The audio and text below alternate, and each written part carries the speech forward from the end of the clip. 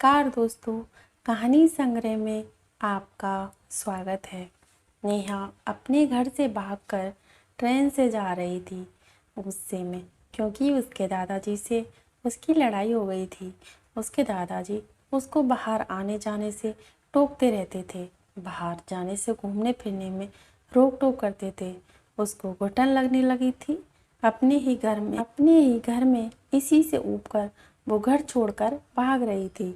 Neha train के reservation के डिब्बे में बाथरूम के तरफ वाली सीट पर बैठी थी। उसके चेहरे से पता चल रहा था कि थोड़ी सी घबराहट है उसके दिल में कि कहीं टीटी ने आकर पकड़ लिया तो। कुछ देर तक तो पीछे पलट पलट कर टीटी के आने का इंतज़ार करती रहती। शायद सोच रही थी थोड़े बहुत पैसे देकर कुछ निपटारा कर लेगी। देखकर यही लग रहा था कि जनरल डिब्बे में चढ़ नहीं पाई, इसलिए इसमें आकर बैठ गई। डर कर एक कोने में छिपी बैठी थी। शायद ज़्यादा लंबा सफ़र भी नहीं करना चाहती थी। सामान के नाम पर उसकी गोद में रखा एक छोटा सा बस्ता ही तो था। किनारे की तरफ बैठे पार्थ नेहा को देर तक कोशिश करता रहा। पीछे से उसने देखने की शायद चेहरा सही से दिख पाए, लेकिन हर बार सफल ही रहा। फिर थोड़ी देर बाद भी खिड़की पर हाथ टिकाकर सो गई और पार्थ भी वापस से अपनी किताब पढ़ने में लग गया। लगभग 1 घंटे के बाद टीटी आया और उसे हिलाकर उठाया। कहा, कहाँ जाना है बेटा? अंकल, बहुत दूर तक, दिल्ली तक जाना है। टिकट है, दिखाओ। नहीं अंकल, जनरल चढ़ नहीं पाई, इसलिए इसमें बैठ गई। अच्छा तो 500 रुपये का पेनल्टी दो, जल्दी पैसे दो। अरे अंकल जी, मेरे पास तो पैसे नहीं हैं। और ढूंढने के बाद ये 200 रुपये ही हैं। ये तो गलत बात है बेटा, पेनल्टी तो भरनी पड़ेगी। नेहा रोते हुए, सॉरी अंकल जी, मैं अगले स्टेशन पर जनरल डिब्बे में चली जाऊंगी। मेरे पास सच में पैसे नहीं हैं। कुछ परेशानी आ गई, इसलिए जल्दबाजी में घर से निकल आई और ज़्यादा पैसे लेना भूल गई। बोलते बोलते नेहा रोने लगी। टीटी ने उसे माफ़ कर दिया और 200 रुपये में उसे दिल्ली तक उस डिब्बे में बैठने की परमिशन दे दी।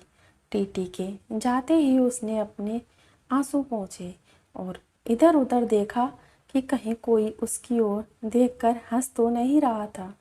थोड़ी देर बाद उसने किसी को फ़ोन लगाया और कहा कि उसके पास बिल्कुल ही पैसे नहीं बचे हैं। दिल्ली स्टेशन पर उसे मिलने आ जाओ। वो किसी लड़के को फ़ोन कर रही थी। पैसे लेकर आ जाओ, मैं घर से भागकर आई हूँ। अब मैं आज़ाद हूँ अपने घर वालों की किचकिच से। अब तुम्हारे साथ सुख से रहूँगी मैं। नेहा अपनी ये बातें सुनकर पार्थ के मन में उथल पुथल हो रही थी। ना जाने क्यों उसकी मासूम चेहरा देखकर उसकी तरफ खिंचाव सा महसूस कर रहा था। दिल कर रहा था कि उसे पैसे दे दूं और कहूं कि तुम परेशान मत हो और रो मत, लेकिन पार्थ अनजान था। इसके लिए इस तरह सोचना थोड़ा अजीब था। उसकी शक्ल से लग रहा था कि उसने कुछ खाया पिया नहीं है, शायद सुबह से, और अब तो उसके पास पैसे भी नहीं थे। बहुत देर तक उसे इस परेशानी में देखने के बाद पार्थ ने कुछ उपाय निकाल लिया जिससे उसकी मदद कर सके और फ्लर्ट भी ना कहलाए। फिर एक पेपर पर नोट लिखा, बहुत देर से तुम्हें परेशान होते हुए देख रहा हूँ। जानता हूँ कि एक अनजान आदमी हूँ। हम वो लड़के का इस तरह तुम्हें नोट भेजना अजीब भी होगा और शायद तुम्हारी नज़र में गलत भी, लेकिन तुम्हें इस तरह परेशान देखकर मुझे बेचैनी हो रही है, इसलिए 2000 रुपये दे रहा हूँ। तुम्हें कोई एहसान ना लगे, इसलिए मेरा एड्रेस भी लिख रहा हूँ। जब तुम्हें सही लगे मेरे एड्रेस पर पैसे वापस भेज सकती हो। पैसे मैं नहीं चाहूँगा कि तुम पैसे वापस करो। एक चाय वाले के हाथों से वो नोट देने को कहा और चाय वाले को मना किया कि उसे ना बताए कि वो नोट पार्थ ने भेजा है। नोट मिलते ही उसने 2-3 बार पीछे पलट कर देखा कि कोई उसकी तरफ देखता हुआ नजर ना आए तो उसे पता लग जाएगा कि किसने भेजा है। लेकिन पार्थ ने तो नोट भेजने के बाद ही मुंह पर चादर डालकर लेट गया था। थोड़ी देर बाद चादर का कोना हटाकर देखा तो उसके चेहरे पर मुस्कुराहट थी। लगा जैसे कई सालों से इस एक मुस्कुराहट का इंतजार था। उसकी आंखों की चमक ने मेरा दिल उसके हाथों में जाकर थमा दिया। फिर चादर का कोना हटा हटाकर हर थोड़ी देर में उसे देखकर जैसे सांस ले रहा था। लेकिन एक चिंता भी थी। एक लड़की घर से भाग रही है, इसको रोकना भी जरूरी है। ट्रेन से नेहा उतरी और शायद उस लड़के को ढूंढ रही थी जिसके साथ भागने के लिए आई थी। पार्थ से रहा नहीं गया। वो भी ट्रेन से उतरकर नेहा के पीछे थोड़ी दूरी बनाकर चलने लगा। करीब 2 घंटे लगातार ढूंढने के बाद भी वो लड़का नहीं मिला। नेहा अकेले अनजान शहर में स्टेशन पर बैठे रोए जा रही थी। बहुत देर से खुद को रोके हुए पार्थ से रहा नहीं गया और नेहा के पास जाकर बोला, क्यों रो रही हो? मैं काफ़ी देर से ट्रेन में भी आपको देख रहा था। आपको कोई परेशानी है क्या?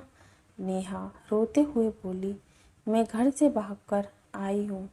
वहाँ मुझे आज़ादी नहीं है अपने तरीके से जीने की। पार्थ ने समझाते हुए बोला, आप घर से भागकर किसी लड़के से शादी करने वाली थी ना? नेहा, हाँ, लेकिन वो आया नहीं। पार्थ ने बहुत समझाया। नेहा को अपनी गलती पर पछतावा हो रहा था और वो एक छोटा सा नोट अपने हाथ से लिखकर पार्थ को दी कि वो उसको ट्रेन में रख दे। पार्थ से रहा नहीं गया।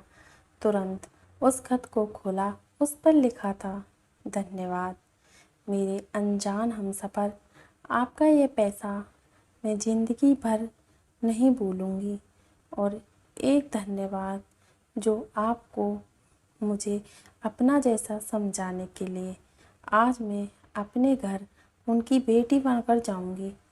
पार्थ उस दिन से निधि को भूल नहीं पा रहा था। हर दिन उसका मन कह रहा था निधि ज़रूर खत भेजेगी।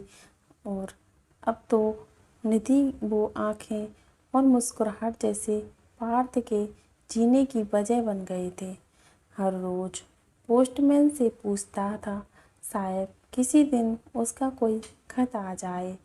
और आज 1 साल बाद एक खत मिला। आपका कर्ज अदा करना चाहती हूँ, लेकिन खत के ज़रिए नहीं। आपसे मिलकर नीचे मिलने की जगह का पता लिखा है। और आखिर में लिखा था, तुम्हारी अनजान हमसफ़र जो ट्रेन में मिली थी।